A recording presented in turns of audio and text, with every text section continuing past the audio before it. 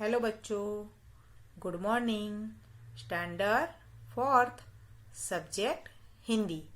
बच्चों, आज के वीडियो में हम आपकी हिंदी किताब में पेज नंबर 85 पर एक लेसन दिया हुआ है, वो समझेंगे। तो पेज नंबर 85 निकालिए।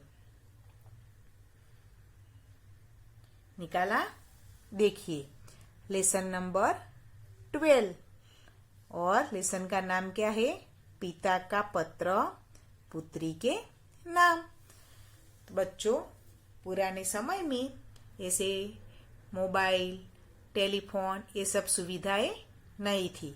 तब हम अपने सगे संबंधी होते थे, उनका हालचाल पूछना हो, उनको शुभकामनाएं संदेश देना हो तो हम पत्र के द्वारा देते थे।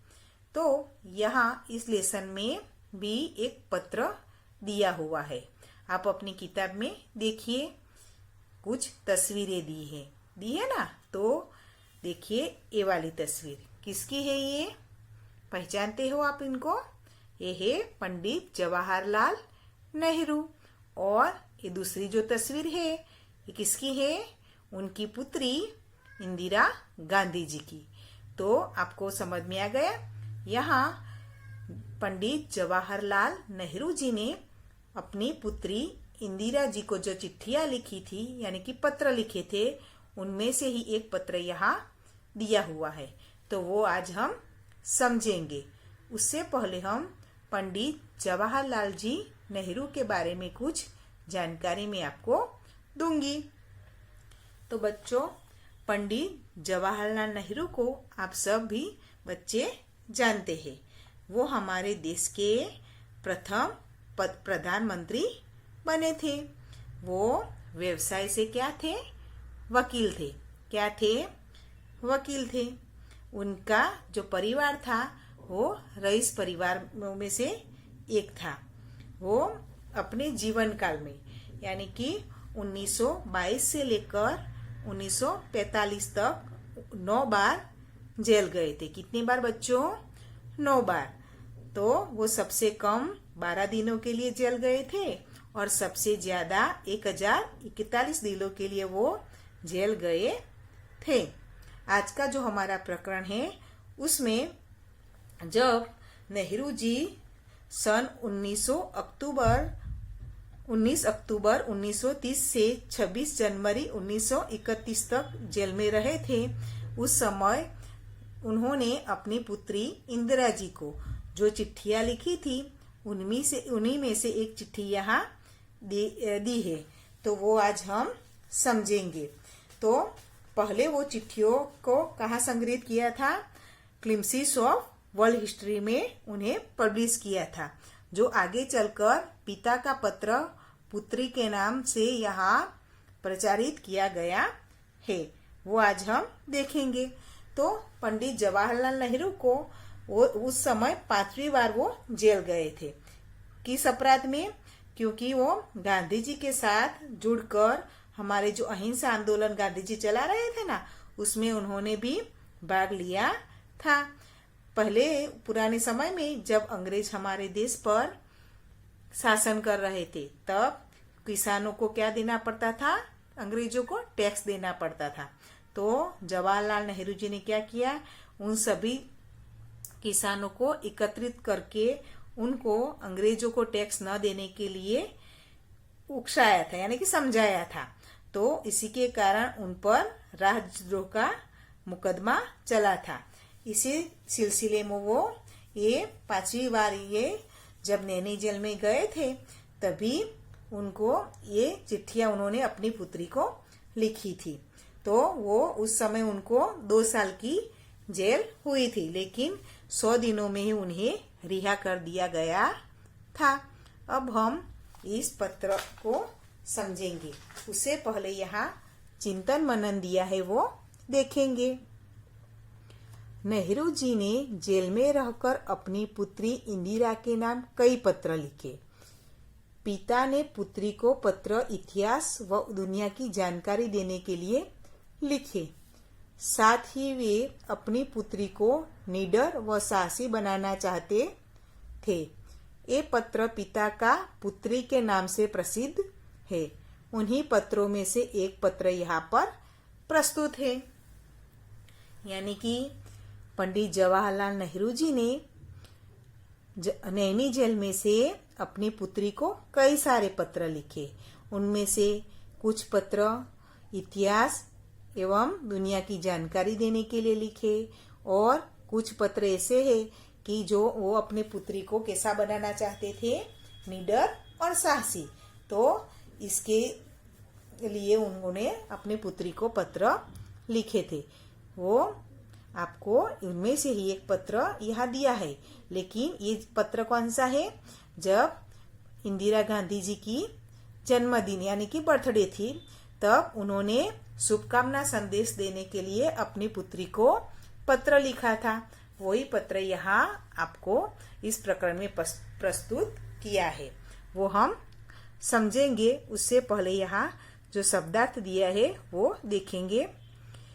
उपहार, उपहार का मतलब होता है भेंट। क्या होता है? भेंट या गिफ्ट। इंग्लिश में हम क्या बोलते हैं? गिफ्ट। उसके बाद है शुभ, शुभ यानी मंगल, इंग्लिश में कहते हैं लकी। वीर, वीर यानी सूर या साहसी। वीर का अर्थ सूर भी होता है और साहसी होता है, यानी कि ब्रेव। इंग्लिश में क्या बोलते हैं? ब्रेव। अब पीछे देखिए। आंदोलन, आंदोलन का मतलब है किसी निश्चित उद्देश्य को पूरा करवाने के लिए की जाने वाली सामूहिक गतिविधि, यानी मूवमेंट।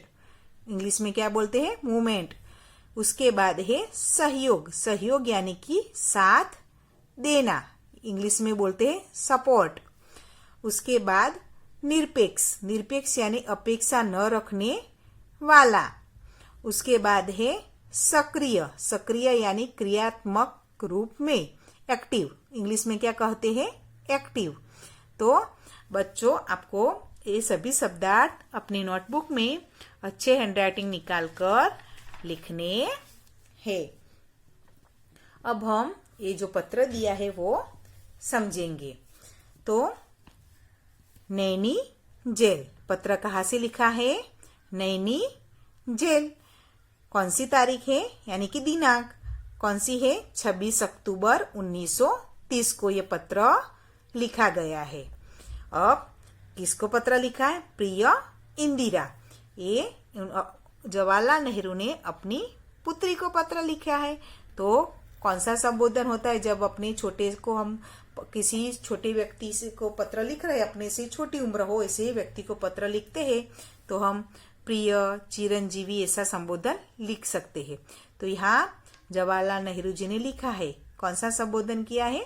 प्रिय, प्रिय इंदिरा, तुम्हारे जन्मदिन पर तुम्हें कई उपहार मिले होंगे। इंदिरा जी का जन्मदिन था, तो उन्होंने क्या कहा कि तुम्हारा जन्मदिन है इसलिए तुम्हें कई सारे उपहार यानी कि गिफ्ट मिले होंगे। मैं जेल में बैठा सिवाय शुभकामनाओं के और कुछ नहीं दे सकता, लेकिन मैं तो अभी जेल में हूँ, तो शुभकामना यानी कि आशीर्वाद के सिवा मैं आपको अभी कुछ भी नहीं दे सकता। मेरी शुभकामनाएं सदा तुम्हारे साथ रहेंगी, यानी कि मेरे आशीर्वाद सदा तुम्हारे साथ रहेंगे।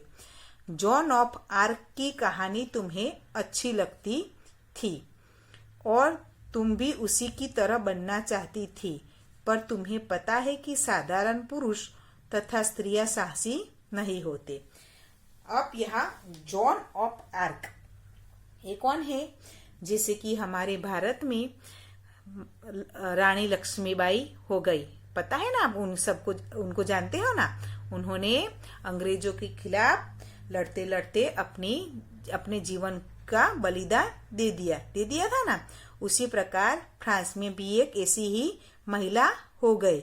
उन्होंने भी अंग्रेजों के खिलाफ लड़ते लड़ते अपना पूरा जीवन बलिदान कर दिया। तो उनका नाम था जॉन ऑफ आर्क। तो उनकी कहानी इंदिरा जी को बहुत पसंद थी, तो और वो उन्हीं की तरह बनना चाहती थी। तो यहाँ पंडित जी ने यानी कि पंडित जवाहरलाल नेहरू जी ने क्या समझाया है कि आप उनकी तरह बनना तो चाहती है, लेकिन साधारण पुरुष या स्त्री साहस यानी हम में उतना साहस नहीं होता जितना ये सब करते हैं। वे अपनी पारिवारिक समस्याओं तथा चिंताओं में उलझे रहते हैं। साधारण यानी कि हम सब आ जाते हैं उसमें। हम सब क्या करते हैं, अपनी पारिवारिक समस्याओं और चिंताओं में ही पूरा समय उलझे रहते हैं। हम अगर देश के लिए कुछ करना चाहेंगे तो पहले हम उसमें परिवार की चिंता में डूब जाते हैं और देश के लिए अपना फर्ज अदा कर पाते नहीं है। लेकिन एक समय ऐसा आ जाता है कि किसी महान उद्देश्य की पूर्ति के लिए लोग उत्साहित होकर कार्य करते हैं और वीर और महान बन जाते हैं। पहले कोई भी व्यक्ति महान नहीं होता। यहाँ क्या समझाया है पंडित जी ने, कोई भी व्यक्ति पहले जन्मजात जब वो पैदा होता है तभी से महान नहीं बनता। सभी लोग पहले कैसे होते हैं, साधारण लोग यानी कि हम सब जैसे है वैसे, और वो अपने परिवारों की समस्याओं और चिंताओं में उलझे रहते हैं। लेकिन एक समय ऐसा आ जाता है कि वो अपने उद्देश्य की पूर्ति के लिए यानी उद्देश्य को पूरा करने के लिए कोई ऐसा कार्य कर जाते हैं जिसके कारण वो आगे जाकर वीर और महान बन जाते हैं। अब आगे का हम दूसरे वीडियो में देखेंगे। गुड बाय बच्चों।